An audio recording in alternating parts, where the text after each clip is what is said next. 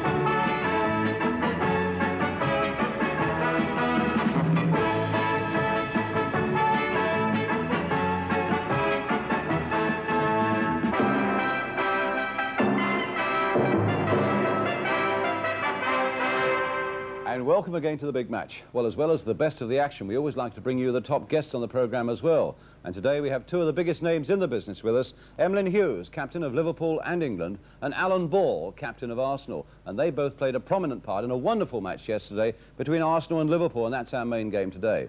We've also got another fine game from the First Division when two championship contenders, Stoke City and Manchester City, came face to face. And for a change, we're going to dip into the Third Division for a few highlights of Southend against Bobby Charlton's Preston North End. There's your letters as well, where today we pay tribute to a 76-year-old referee, yes, 76. And we've another of our big match playbacks, the day Rodney Marsh got a hat-trick for QPR. But first of all, it's current action, and for that we go to Highbury, where the ground staff at Arsenal have done a great job getting the pitch ready for this battle against Liverpool. But it's going to be a hard slog in heavy mud. These, then, are the two teams. Arsenal had a late shock. Striker John Radford's got a muscle injury, and Liam Brady comes in at number 9. Trevor Ross, a young Lancashire lad, is the sub. Liverpool unchanged. Phil Boersma gets the sub spot for them. Nobody in the crowd, of course, will be more interested in this game than the England manager Don Revie. In the centre there, on the right, of course, Jimmy Tarbuck, and I wouldn't mind betting that the talk at this moment is more about golf than football. And Don, I'm sure, will be keeping a very close watch on a number of players. Players, for example, like Emlyn Hughes, like the Liverpool goalkeeper Ray Clements. He'll notice, I'm sure, Kevin Keegan and the young defender Phil Thompson. And for Arsenal, top scorer Brian Kidd. He'll not fail to notice Alan Ball. And the referee there today is Harold Davey from Nottinghamshire. He had a great afternoon, by the way. And the crowd is a bubbling 43,000. An Arsenal kick-off, attacking the goal to our right. Red shirts with white shorts. Liverpool, of course, in their change strip of white shirts with black shorts. Here's Brian Hall.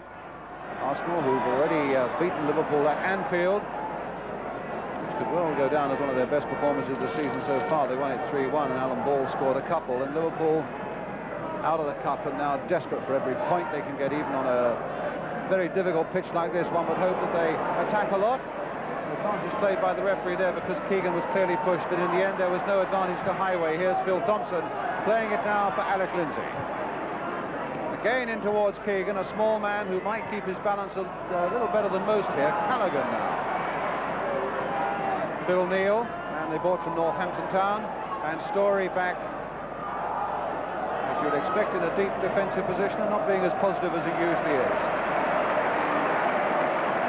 Jimmy Rimmer.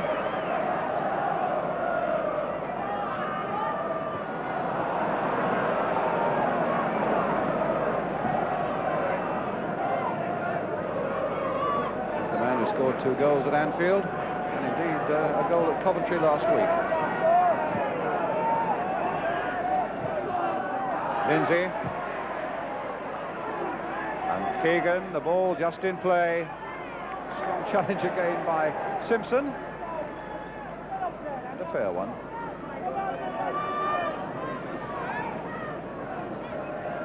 Highway will take the throw for Liverpool. Here's Keegan. That looked like a little nudge in the back of Keegan, and it was right on the edge of the box, and Keegan is saying, you could probably see him there, to the referee, I was pushed.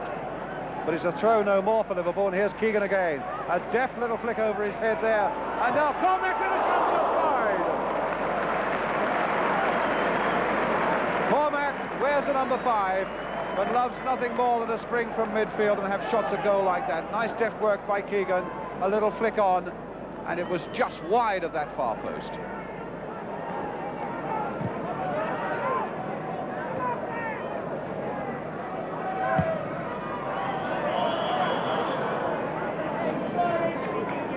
inside against Keegan. Arsenal's free kick. Pat Rice will take it. Hit firmly towards Kidd, in fact too firmly, but it goes off the Liverpool defender, no danger to them.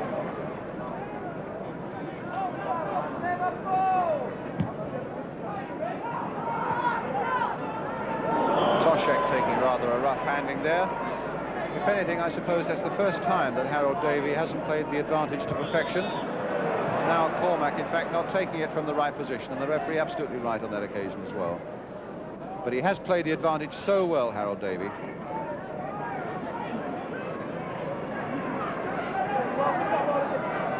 A free kick then to Liverpool, but by now Arsenal have got everybody back behind the ball, bar Brian Kidd. Hughes with the free kick. Hit again, inevitably towards Toshek, gets in there. McNabb having trouble getting it away. Toshek gets it in again. Lindsay with the shot just over.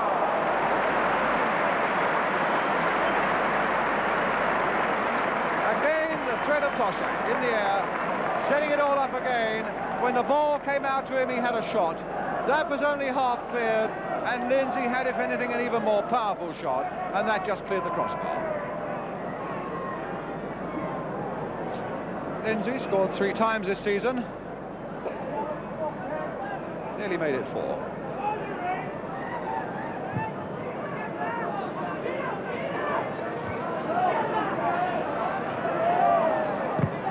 A long one away there by Matthews.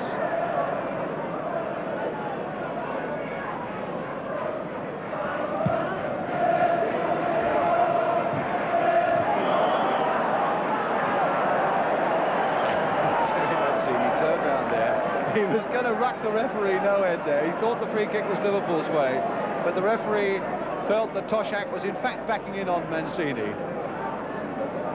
So anger turned to that super smile.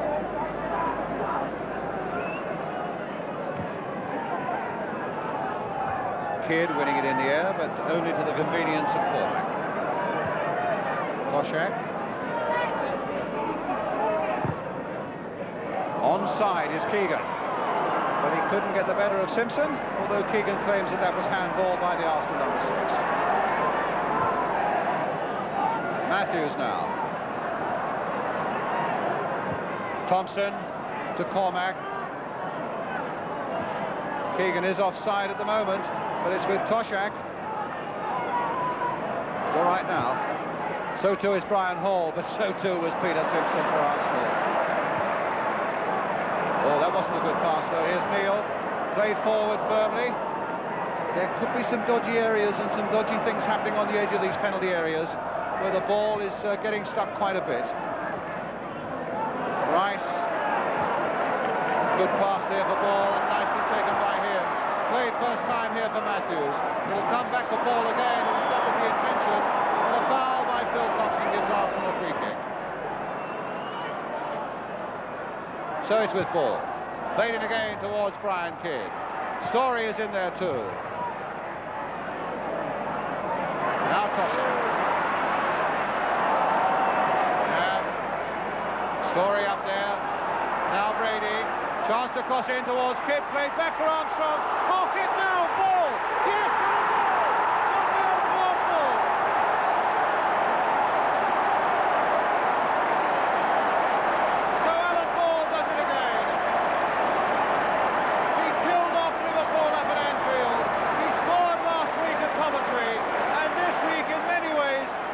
Similar goal as the ball comes across to him, and from a very narrow angle indeed, he manages to thread it home. 1-0 to Arsenal. So Ball now takes his tally up to 8, and Arsenal get the first vital breakthrough. Arsenal's ball.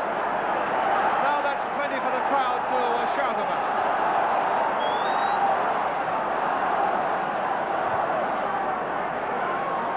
Cormac, Callaghan, and now Rice with Highway after him. Now it's with Armstrong. Hughes getting in first and getting in fairly. Lindsay playing it forward. Ball. Well, Lindsay went in hard there, so too did Hughes in spite of a knock in the back, and he found Brian Hall. Here's Highway.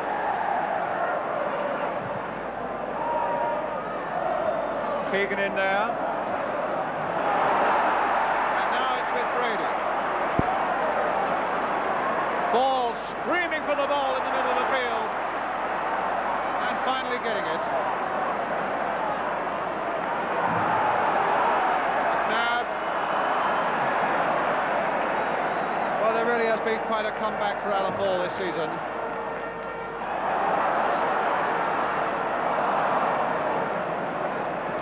Comeback for Alan Ball this season. I know Don Revie was so impressed the last time he saw him play here, and in fact brought him into the England squad for the Portugal game. And Ball has done a lot to impress Don Revie today as well.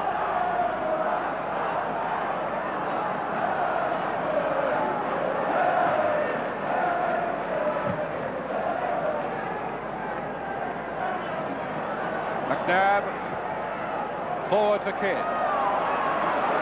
Brady wanting it, Matthews right up there. Oh, absolutely caught in the mud. But that wasn't, and that goes beautifully straight to Highway for Liverpool now. Deep towards Toshak. Oh, and that was a nice header by Toshak too, because he knew Hall was behind him.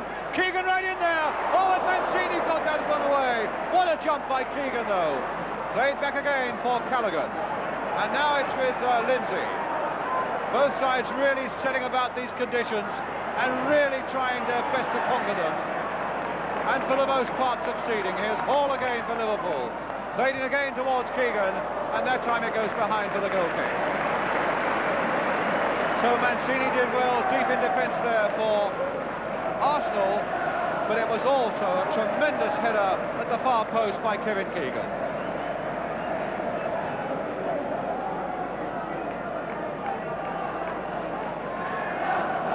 So Rimmer with the kick for Arsenal.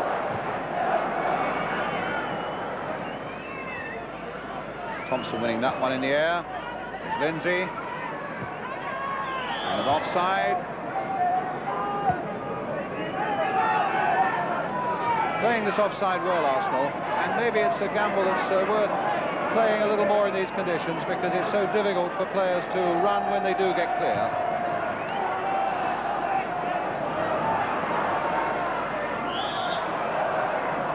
Push by Kidd and a free kick to Liverpool.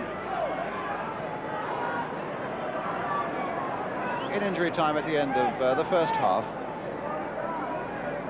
Arsenal have not beaten Liverpool here since 1970, but they're this one priceless goal in the lead.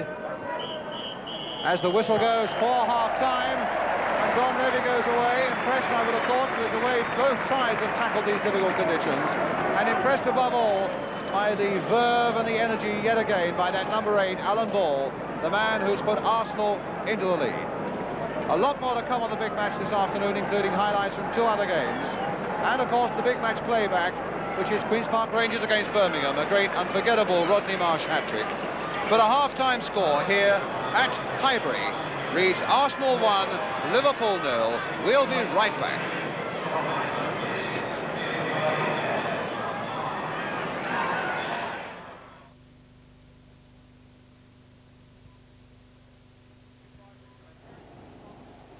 Thirty-second roll to TX.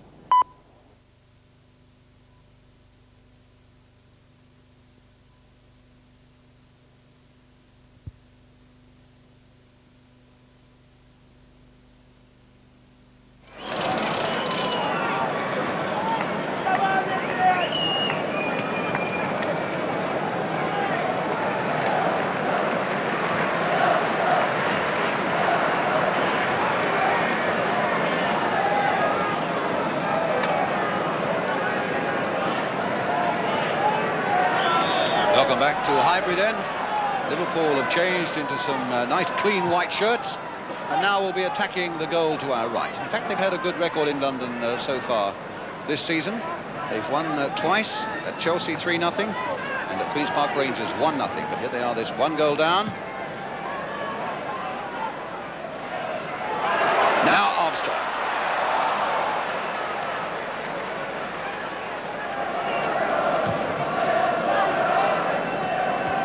Callaghan's header. Simpson coming in fast. Well, he waited, and Brady had all the brashness really of his youth to take it off the experienced campaigner. Matthews, what a good game he's had, and McNabb now sending Story on his way. Nice little ball there played for Bob McNabb. There's the cross again. Oh, and Clements was in all sorts of trouble. Ball with the shot just over, and it was deflected there by a Liverpool defender. And there's another corner for Arsenal, and Ball getting in on the end again of that Arsenal move. Left foot shot that time. A deflection that sends it over.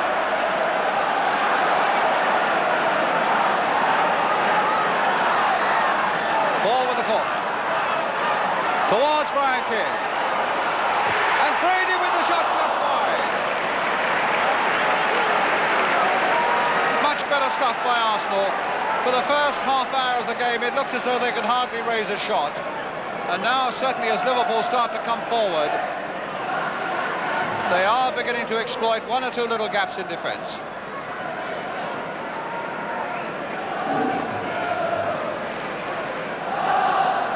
And there's the man who's doing the organising for them, Alan Ball. Rice making no bones about that sort of clearance. Kidd having quite a maul there with Hughes. Again, good refereeing, playing the advantage, although in the end there was none for Arsenal. Highway. Can he get the better of Rice? It's still with Highway. This could be very dangerous. Oh, and Rimmer did so well. Highway, one of those lovely runs of his, and he tried to thread it past Rimmer, and Rimmer was down on it like a flash.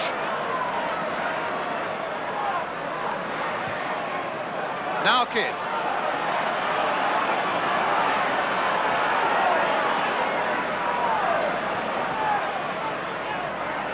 Now Ball.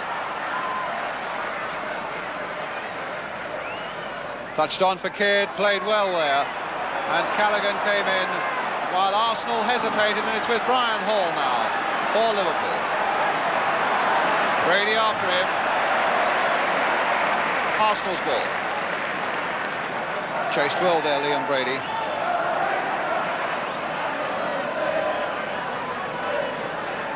Ian Callaghan limping off.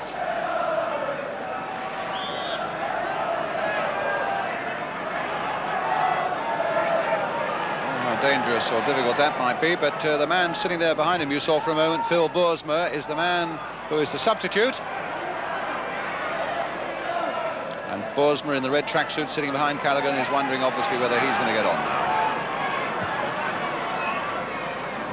Good header again by Toshack, and here's Keegan. And Mancini, very good defensively. Can McNabb stop it going over? He can't, and it's a corner.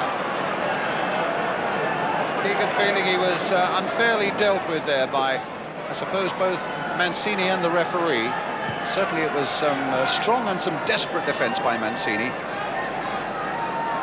The referee has done well in this game. Harold Davey from Nottingham, and it's a corner which Brian Hall's going to take now for Liverpool. A deep floated one there. Rimmer's going for it, punching it away. Neil is there. He's got Hall available. Onto the left foot this time. Still not away by any means, and it's still not away. Lindsay going in there this time, and still it isn't away. Lindsay with a shot. Oh, and what a save by Rimmer. And Toshack trending through for a shot as well. And now Arsenal can get it away. Tremendous save there by Jimmy Rimmer. Ball down and injured. And now it's now for Matthews. A penalty. Lindsay brings down Matthews. The referee has no hesitation. And Alan Ball, who's at the far end of the field, is the man who normally takes the penalties. I wonder if he's fit enough to. There's Ball. Matthews went through and was pulled down by Lindsay, and it's going to be Brian Kidd. Brian Kidd then, who has placed the ball on the spot, No, it's going to be Ball who's going to take it. Now, could Ball make it his second goal, and the second for Arsenal? Can he beat Ray Clements? This could be the killer goal, and the responsibility is with Ball and Clements. Yes! 2-0!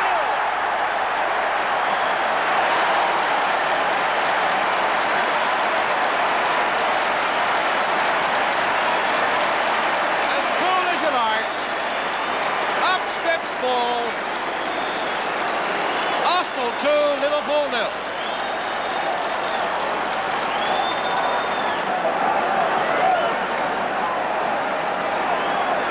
Well, the goals keep coming, but it's the work that Alan Ball has done right across the field for Arsenal this afternoon that has really been as responsible as anything for Arsenal's happy position at the moment.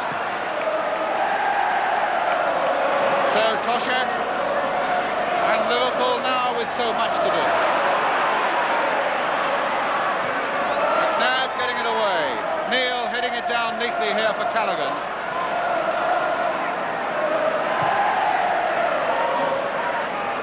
A little touch on that time.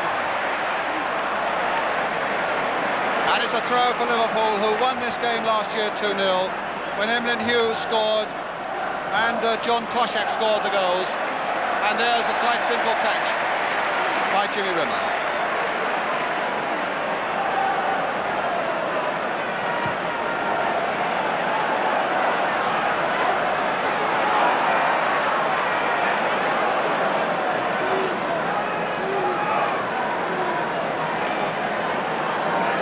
Not too many happy days this season for Bertie Mee up on the left there, but this must at the moment be one of them. Arsenal want to bring on their substitute, Trevor Ross, his first game in league football. He's played in a friendly, and Alan Ball, the hero with both these goals, and we felt before half-time that he had a chest pain. Somewhere on his ribcage, he goes off. Ross comes on, but just listen to the applause for Ball.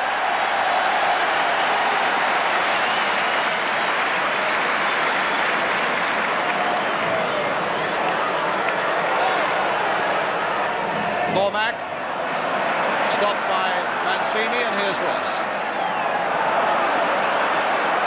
Armstrong.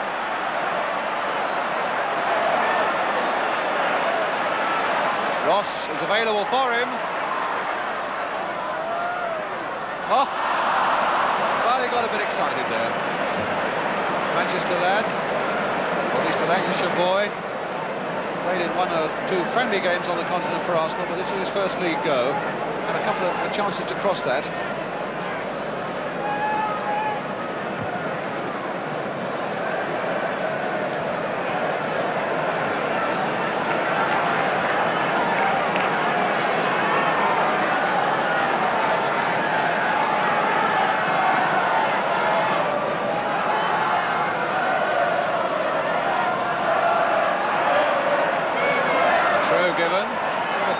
Might be tempted to bring on their substitute Phil Boersma, who's a good, strong attacking player.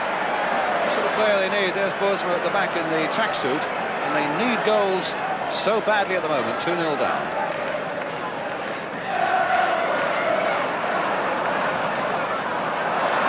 Ross beating Cormac there, finding Kidd. Now Liverpool again through Callaghan. Hall is right up there with him. Toshak is up ahead of him, and there's McNabb. Lindsay, Rice, Ross. Played for Armstrong. Ross again, controlled that well. What a good piece of play, young Trevor Ross there. Armstrong now can measure this cross. Brady is going in there. Kidd is there too. Here's Brady. There's the shot. Oh, and it's just over. Well, it was Trevor Ross, the youngster, who started that. Started that with that little pass to Armstrong. The cross came over and they were in all sorts of trouble until Brady put it over. So mark there is certainly in favour of Trevor Ross.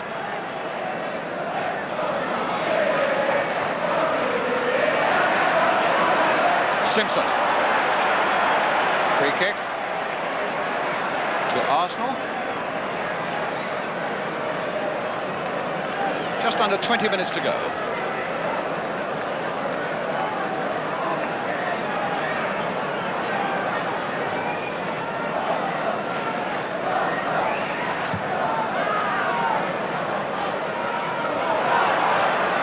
Hughes doing well.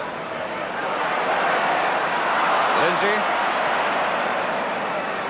Keegan, and Highway.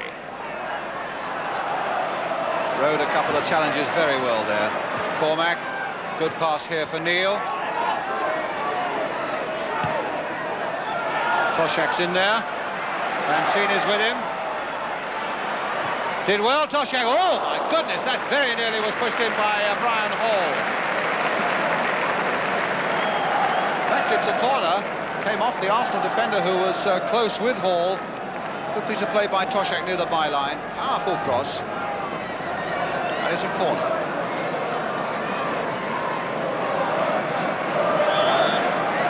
So Hall now with the corner for Liverpool. Out towards Neil. Everybody jumping now, and Cormac hitting the crossbar. Highway turning it back in, and Mancini getting it away. Lindsay turns it in again, and Arsenal were very nearly beaten there. As the ball goes into touch. Cormac against the crossbar. Very unlucky indeed. Highway very nearly turned it back in. And it's still 2-0.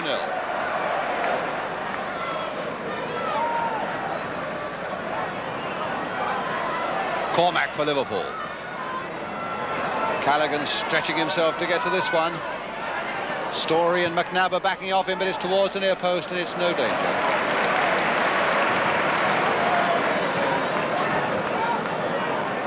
McNabb.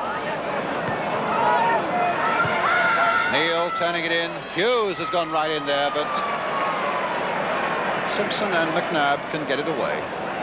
Here's Simpson. Kidd. Played on for Brady. Got Story away on the left. And he's got Brady on the right there. Played back for Armstrong. Hit! Oh, wonderful save by Clements. Corner. Liverpool claiming that the linesman was flagging for offside. The referee will have none of it. A beautiful shot there by Armstrong and well tipped over by Ray Clements. So here's the corner. Armstrong will take it. Kidd's there with a header, and this time there's no problem.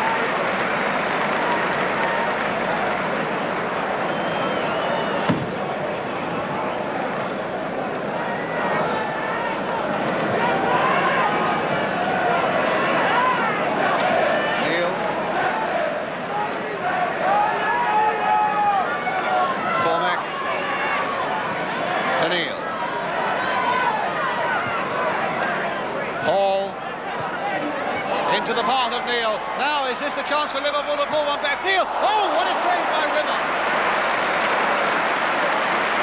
What a great surging run that time by the young Liverpool number 2, Phil Neal, the man they bought from Northampton. He's not scored since he joined the Anfield club, and he could hardly have come closer then. Great save by Rimmer. Here's Callaghan with the cross again, and that time Rimmer making a nice save by his standards there. A comparatively easy catch.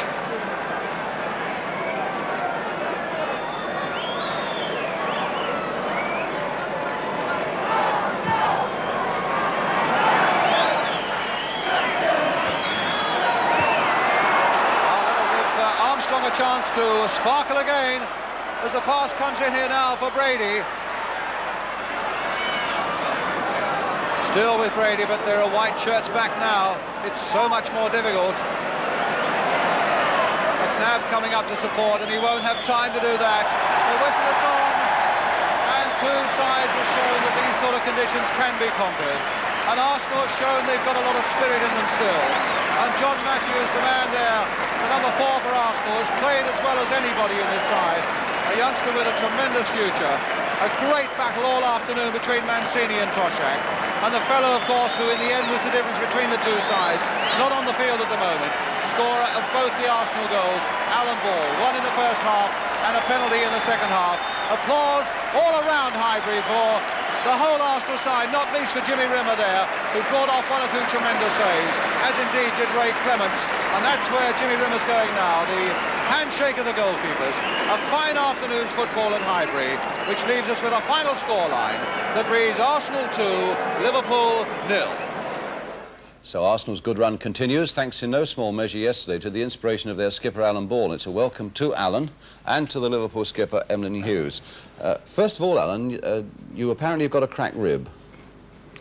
I was x-rayed after the game and it didn't show anything on the x-ray, but clinically the doctor said, you know, I've got a cracked rib. And that happened before yesterday's game, so you played, what, for an hour with it? I got an elbow on Wednesday night against Coventry. It was sore, but it wasn't sore enough to stop me playing. I never told anyone about it.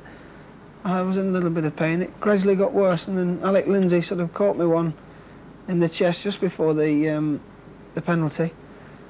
And I had to stop Kiddo getting all the praise. He's had so much press this week. Does that put you in any sort of doubt for any future Arsenal games? I wouldn't think so, no. Bertie Mee's given me a couple of days' rest, and he wants to see me on Wednesday, I think. Emlyn, what about this fella? I mean, you were in the club together at Blackpool, though you didn't play together. You've played together so often for England, and now you've been opponents as well. What is it he's got? Oh, I'm fed up with him scoring against us. You got two at Anfield, haven't you? Oh, he scores for fun against us. He loves playing against us. What about your performance yesterday? A lot of people felt that Liverpool were a little bit unlucky. Well, there's a saying, you make your own luck, but it's true, we're not having very much luck at all. Very little. Do you think you're making up for last year, where maybe you had more than your share of luck? Yeah, we had a lot of luck last year, but we played well, you know, we played well last year. This year, I don't know what's happening away from home. We're going and trying to attack sides, and sides are stopping back and defending against us at home, you know. You're saying that Arsenal defended yesterday? Yeah, I think they defended very well, actually. There was everyone back, you know, when we went forward. They had everyone back apart from Brian. You agree with that, Alan? Yeah, we got, you know, we got people... Was that forced on you by John Radford not being fit, though? A little bit, yes. You know, you've got... Man, we tried to play people wide instead of, you know, we lost John in the morning and we decided to play people wide. But we got back behind the ball yesterday. But they played well first half an hour. You know, football's a funny game. Playing in the first half an hour, I fancied Liverpool to get a result. Well, in fact, as we can see, Emlyn, with your bad luck really started with the opening goal scored by Alan. As we look at it again, there are one or two things that really didn't go for you, that you might even suggest that Brian Kidd was offside in a moment coming up now. I don't know whether you would agree. At this moment, as George Armstrong hits it there, he looks to be at least level with the last defenders. That's a miss-hit by George Armstrong. Now tell us what your reaction to this was now, Emlyn. Well, I wasn't complaining about that. I was complaining before that ball was played up to Brian Kidd. Yeah. I was complaining that it was played up to, I think it was a number 11. Yeah. And he sort of turned on it and he looked offside. Then you had this in the second half, Peter Cormack. And again here now. See, it dropped to Bob McNabb. When you're having no luck, that ball drops to one of your men. It's just one of those things. Everything that's dropping is to drop into the feet of our lads at the moment. And as Emlyn said, that, you know, it's not going the other way for them. Yeah. Having scored one goal, Alan, you then scored another one. I'd like to talk to you a little bit about that penalty before we see it again. I don't think there's any doubt that it was a penalty, but you said you got a crack in the ribs from Alec Lindsay just before that. Yeah. When you saw that it was a penalty, what was your first reaction? That you were going to take it or not? Well, you know, I've had a fair run of penalties. I've knocked a few in, and I was going down the field, and Bob McNabb and Peter Sawyer said, "Go on, go and knock it in," you know, because I was confident, and as I said, I'd had a run of penalties. I've been knocking them in. And anyway, Kiddo's had too much press this week, so I thought, get off that ball, give it me. When I got to it, there was love bites on it, wasn't there, for Kiddo? Well, here's the penalty itself. I don't think there's any doubt at all. What a good game John Matthews had on the ball here now for Arsenal. Yeah, he's going to be a very good player, that man. No doubt about the penalty. Yeah. And down he went. Yeah. So then you came up and Brian Kidd was having a word with you. Was he in fact saying, look, let me have a go at it, or was he saying... No, he's saying, you're all right to take it. I was thinking, get out of the way. Yeah, of course I am. Now, you've taken penalties before against Ray Clements, and as we look at the picture now, you normally put it to the left, don't you? As we're yes, looking the at it. goalkeeper's right hand. Well, I took one against him at Liverpool and scored and knocked it to his right hand. And he must have remembered it. I think so, yeah. Because that's where he goes. Yeah. Lovely. I struck it well, yeah, I struck it well. Emlyn, I want you to tell us a story about a friend of yours at Formby. Oh, I shouldn't really mention it actually, but we used to have a sports shop up in Formby, John Toshak and I, and one day a big dark fella come in, you know, and he was buying all his tennis gear from us, so he invited us back to the house. We were getting him a tennis racket and it wasn't in stock, so we got it in and we took it round his house, and he had all these juju pots all over, you know, big effigies and idols and everything all over. And he said to us, "Why don't you stick your finger in the juju pot and wish for something?" This you know, was 2 years ago. Yeah, it seems incredible, but it's true. So John put his finger in and he wished for the UEFA Cup, you know, and I put my finger up and wished for the league championship. And you won them it come both? true, yeah. And then next year we went back again and we both wished for the FA Cup and we won the FA Cup. This year we went back again and we wished for the league championship. So we're going to have to pull our socks up if it's going to come true. It's a lovely story. Alan, Liverpool obviously played well yesterday, but do you think Arsenal also are getting out of the wood now? I mentioned in the papers a couple of weeks back that, you know, people have got to be patient with us. We've got so much talent in the club, the coaching staff and the players, that, you know, we're going to be a hell of a good side within the next 12 months. And people just got to be patient with us, and we're going to do it the right way. As Bobby Campbell says, we're going to do it in style. And, you know, we're trying our very, very best. And as I say, people just got to be patient with us. We're confident we can do it. And, you know, get the crowd behind us, because the club, after all, has great traditions and a great, very, very proud club. And I think we're going to hit it off. Alan Ball, Emlyn Hughes, thanks very much for coming in today. You certainly did it in style for us yesterday. Thank you. And at this point, we welcome our Southern television viewers. And our next match on the programme today takes the big match to Roots Hall at Southend for the first time. Indeed, I've had several letters from Southend supporters asking for their team to be shown. Well, Anglia had cameras there yesterday for the match against high-riding Preston North End, Bobby Charlton and all. The commentator's Jerry Harrison, and we're going to pick up the match in the first half with Southend in the all-dark strip. Up goes Holden. Elwes. Elliott to Worthington. Brace is coming here. Burns coming hard behind him. Charlton getting in there with Worthington. Bird. Styles, not easy for him. Elliott. Through the legs. Guthrie. Nice ball with Brace coming onto it. Guthrie coming again. Can he get there? Just cut out by Smart. Brace coming again. Yes! Brace at last gets it. Stuart Brace, the opening goal. He made it, gave it to Guthrie. The return pass looked as if it's going to be cut off by Spark, the number 7, but Brace got in there again and tucked it inside the far post. 10 minutes gone, 1-0. Tony Taylor, back to Hadley. Brace is wide on the right, Guthrie in the middle, Sylvester up on the other side. Sylvester can't get it, Guthrie can, turning well, down he goes, no foul, and here's Cunningham to put it back. Brace! How did he miss that?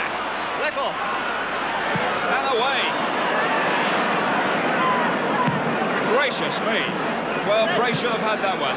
Nobby Styles back there to clear. In goes Taylor. Didn't get it. There's Hadley behind him. And it's McMahon now with a good bit of space. Elwes going down the right flank. This is Elwes with Moody. Well cut out. Doing well to keep it in too. But not such a good bit of control. Spark gets away from Little. Preston looking better in the middle of the field now. Over Holden's head is Hadley. Morley still coming. Nice control. Into the area. And Elwes can't get it as it's cleared by Taylor again. Good run though by Morley, snaking his way into the penalty area. And another corner for Preston. Same position as before, same kicker as before, Bobby Charlton. And Styles has come up this time. Sadler is on the near post too. Up goes Mel Holden. He got it! Yes!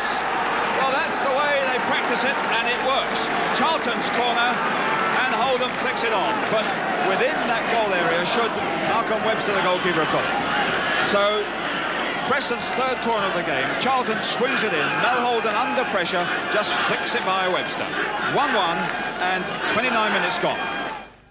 Good point for Preston, now fourth in the third division. And now on the programme, it's time for your letters. I did say we were going to tell you about a 76-year-old referee, Henry Smith, who referees on Hackney Marshes. But in fact, Alan and Emlyn have been chattering away so well for us today that we'll tell you more about Henry next week. And we're going to move on straight away to an incident that brought a whole host of letters this week after an incident in the West Ham Cup tie against Swindon last Saturday, when Trevor Anderson of Swindon was right through and was bodily pulled back by Tommy Taylor. McLaughlin's made a good run, and Anderson too. And now Anderson, oh, he's been pulled back. And that will mean trouble for Tommy Taylor, and whatever he gets, he deserves. Well, it's not the first time that's happened, because I'm sure a lot of you remember when Roy McFarlane did the same thing in a match against Poland. And if he gets a break on McFarlane, there could be trouble here. That is a positive booking. You can't get away with that. Roy McFarlane gets the yellow card. And there was also an incident when Larry Lloyd was playing for Liverpool, and this came in a match against Wolves. Lloyd losing it. Dugan made himself in there. Oh, that's got to be a booking. That has positively got to be a booking against Larry Lloyd. Well, last week, Tommy Taylor had his name taken, as we explained. There was nothing in the laws that enabled the referee, Clive Thomas, to send him off, although the feeling exists that there should have been. But as several of our viewers pointed out, what did Swindon get out of it? A good chance of a goal was ruled out, and as it turned out, of course, West Ham won the replay. They say that even a sending off isn't the complete answer, because if it happened, say, in the last minute, there wouldn't really be time for the 11 men to take advantage over the 10. Michael Keefe of Streatham believes that a penalty should be given for that sort of offence wherever it occurs. MJ Longhurst of South Harrow suggests a walking penalty, that everybody should be cleared from the scene except the man pulled down and the goalkeeper, and that then he should have a chance of dribbling round the goalkeeper. A walking penalty. We also have J. Edwards of Somerset, who suggests that a half goal should be added to the number of full goals when this sort of thing happens. In other words, Swindon would have won that match by 1.5 goals to 1. Obviously, some of those suggestions are hardly practical, but it does show that the paying customers getting a bit fed up with professional fouls. What do professionals think about them? Emlyn? Well, I honestly feel that you should never get in a position to give a foul away like that. You know, I've played at the back for 2 years. But when you do, what happens in the dressing room? Do you find people saying to you, well done? I mean, that would have been a goal if you hadn't done it. You don't say well done, you know, but it's a thing that's got to be done. I mean, if you don't do it, you're in trouble. Which is really against all the principles of the game. Of course, yeah, but what do you do? Alan? Well, you know, I can only echo what Emlyn says. I mean, you can imagine what the gaffer would say. Imagine that was a cup tie and the fella's gone through, you know, you get one bite of the cherry, you don't let people go free in the But if it was a like sending off offence, would that make you think twice? I don't think so, no, not there.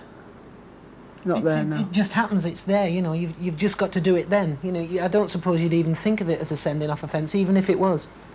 What about a free kick at goal, without a wall? Yeah, well, I would think that'd be a... Obviously, they've got to give some decision for it. Penalty, maybe even. Or maybe a penalty, but I think that would be a little bit harsh because, you know, if it's right out wide, there's no immediate danger to goal. But, you know, should have another spot somewhere outside the box, I think, and have a free shot at goal. If you were right out wide, you wouldn't do it, would you?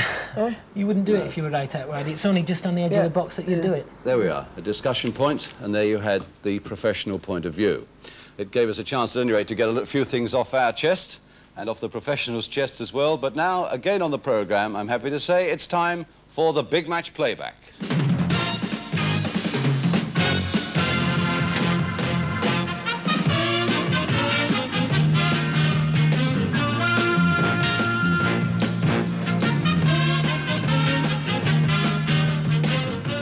And this week, it's one of the most exciting matches that we televised in 1970, and it certainly produced the most spectacular hat-trick we were ever likely to see. It came in the match between Queen's Park Rangers and Birmingham City, and among the people who wanted to see it again, 14-year-old George Gubb from Waltham Cross in Hertfordshire, Simon Burton of Greenford in Middlesex, and 15-year-old Anthony Jordan of Hanger Lane, London W5. Queen's Park Rangers are in the hoops. Ball still in play. Ron Hunt. And now Gillard. Marsh was calling for it, and a slip there allows Marsh to go in. A goal by Marsh! What a goal! Mike Kelly absolutely beaten. And Rodney puts Rangers ahead with 5 minutes gone. McCulloch straining to get underneath that one. A missed kick by Beard, but he couldn't quite get to it in time. And Hockey and a corner. Hockey's rather firm back pass there, wide of Kelly. Well, certainly Mike Kelly's been pretty busy in this opening quarter of an hour or so. Rangers leading by a goal to nil, scored by Rodney Marsh. And now Mike Ferguson with the corner, Clement right up there, as you'll see. Marsh getting ahead to it. Oh, Rodney Marsh! A second goal to Marsh.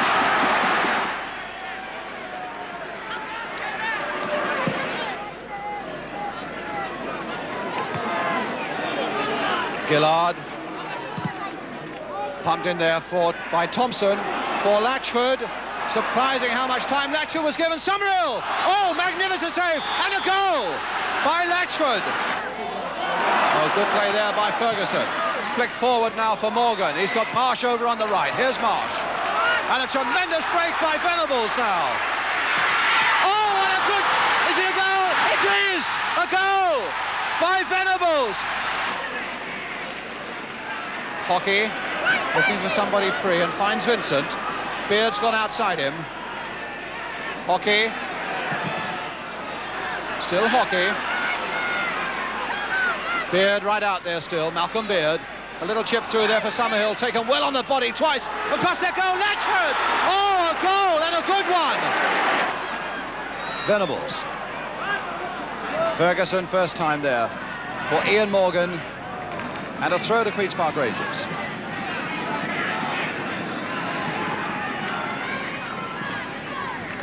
Venables shielding the ball well. Ferguson to pump it across again. And McCulloch goes in! So the new boy gets a goal, Andy McCulloch.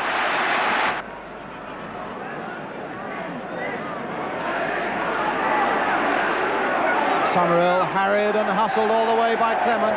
And hustled into an error, and Ferguson is right there in the middle of it. Will it come through to Marsh? Oh, look at that for skill by Marsh! Oh, and what a goal! Rodney Marsh's hat-trick! Oh, what incredible skill by Marsh! Great memories, and another big match playback, of course, next week. Our last match today, though, also had its full share of goals when those two championship hopefuls, Stoke City and Manchester City, met at the Victoria Ground in Stoke. ATV's cameras were there. The commentator is Hugh Johns. Stoke here are in the stripes. Again, a good jump by Doyle. To it. Hudson. Greenough. Aiming for Mahoney. Picked him up well. Doyle stays there. Now Hudson. Made a little space for himself. Good attack. That's it. Moores. Here Moores. Here Moores makes it 1-0 with about 30 seconds to go to half-time and brings the Stoke fans up to their feet. That was a beautifully constructed goal. Credit to Ian Moores for finishing it off, but look back on the build-up with Alan Hudson. Superb ghosting run down the right side, and the cross ball absolutely slide rule accurate. And Moores knocks in his third goal of the season. Donachie down for Bell. Hudson wins it back. Donachie again. Donachie not positive about what he was planning to do in that situation.